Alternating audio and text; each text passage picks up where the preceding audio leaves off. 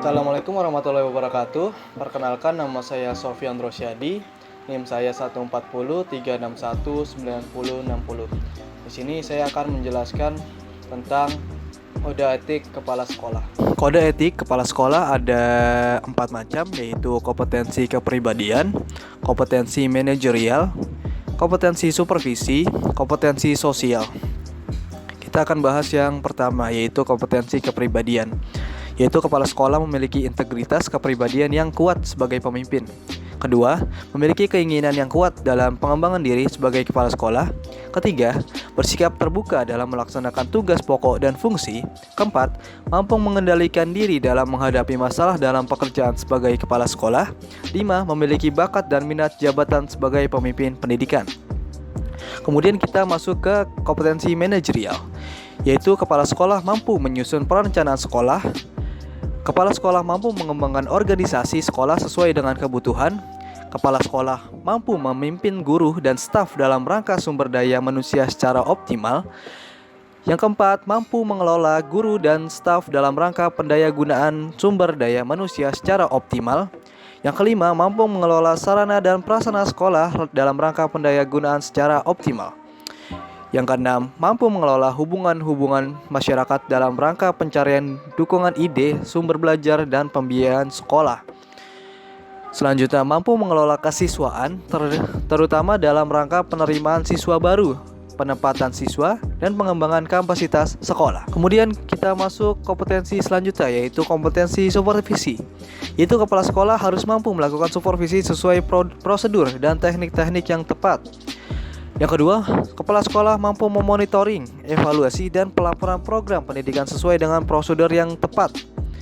Selanjutnya, kita akan ke kompetensi sosial, yaitu kepala sekolah terampil bekerja sama dengan orang lain berdasarkan prinsip yang saling menguntungkan dan memberi manfaat bagi sekolah, mampu berpartisipasi dalam kegiatan sosial kemasyarakatan.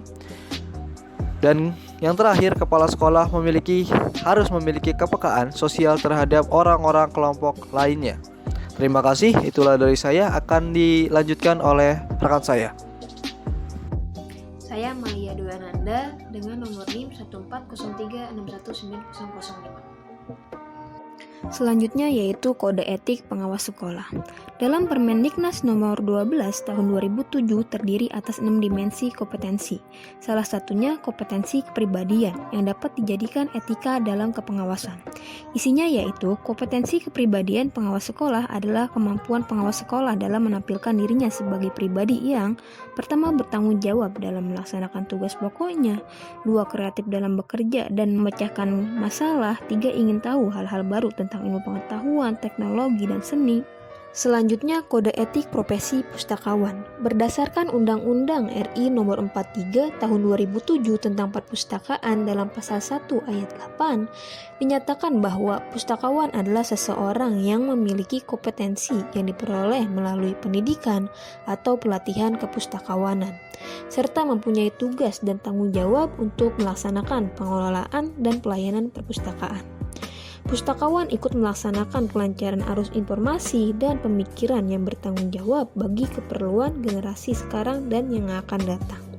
Pustakawan berperan aktif melakukan petugas sebagai pembawa perubahan dan meningkatkan kecerdasan masyarakat. Ya, Assalamualaikum warahmatullahi wabarakatuh. Perkenalkan, nama saya Fatimullah Adlina dengan NIM 140361956. Saya akan membawakan materi PPTK dari kelompok kami, yaitu yang berjudul Kode Etik Profesi Tenaga Kependidikan, di mana saya sendiri akan menjelaskan tentang tenaga administrasi sekolah dan laboratorium. Yang pertama ialah tenaga administrasi sekolah, di mana ini adalah bagian dalam memberikan kelancaran kegiatan belajar anak, mengajar guru, dan layanan sekolah pada umumnya. Di mana kode etik tenaga administrasi sekolah ini sendiri diatur dalam Peraturan Menteri Pendidikan Nasional Republik Indonesia Nomor 24 Tahun 2008 tentang standar tenaga administrasi sekolah dan madrasah. Kode etik tenaga administrasi sekolah ini ada 6. Yang pertama pertama ialah berperilaku jujur terhadap tugas. Yang kedua ialah menunjukkan komitmen terhadap tugas keadministrasian. Yang ketiga ialah melaksanakan kaidah-kaidah yang terkait dengan tugasnya. Yang keempat ialah memberikan kemudahan layanan kepada masyarakat sekolah. Yang kelima ialah memahami struktur organisasi sekolah ataupun madrasah. Yang keenam atau yang terakhir ialah memahami pokok-pokok peraturan kepegawaian. Yang kedua ada laboran, di mana laboran ini ialah tenaga kependidikan yang bekerja di laboratorium dan membantu proses belajar mengajar. Kode etik dari laboran ini sendiri ada 8. Yang pertama ialah mengikuti perkembangan ilmu pengetahuan dan menjaga tingkat ilmu pengetahuannya seiring dengan kemajuan ilmu pengetahuan dan teknologi. Yang kedua ialah membantu dan memperlancar pengembangan ilmu pengetahuan dan teknologi, terutama di bidang laboratorium dengan penuh loyalitas dan kejujuran. Yang ketiga ada bertindak secara rasional, objektif, terbuka, dan jujur. Yang keempat ada menjaga kehormatan diri dengan tidak melanggar nilai dan norma yang berlaku dalam menjalankan tugasnya sebagai tenaga kependidikan. Yang kelima ada mengembangkan dan meningkatkan mutu profesi sebagai seorang laboran. Yang keenam ada membantu memfasilitasi mahasiswa ataupun siswa menjadi ilmuwan yang beriman, bertakwa, berilmu pengetahuan dan teknologi yang berguna bagi masyarakat, bangsa, negara, dan umat manusia.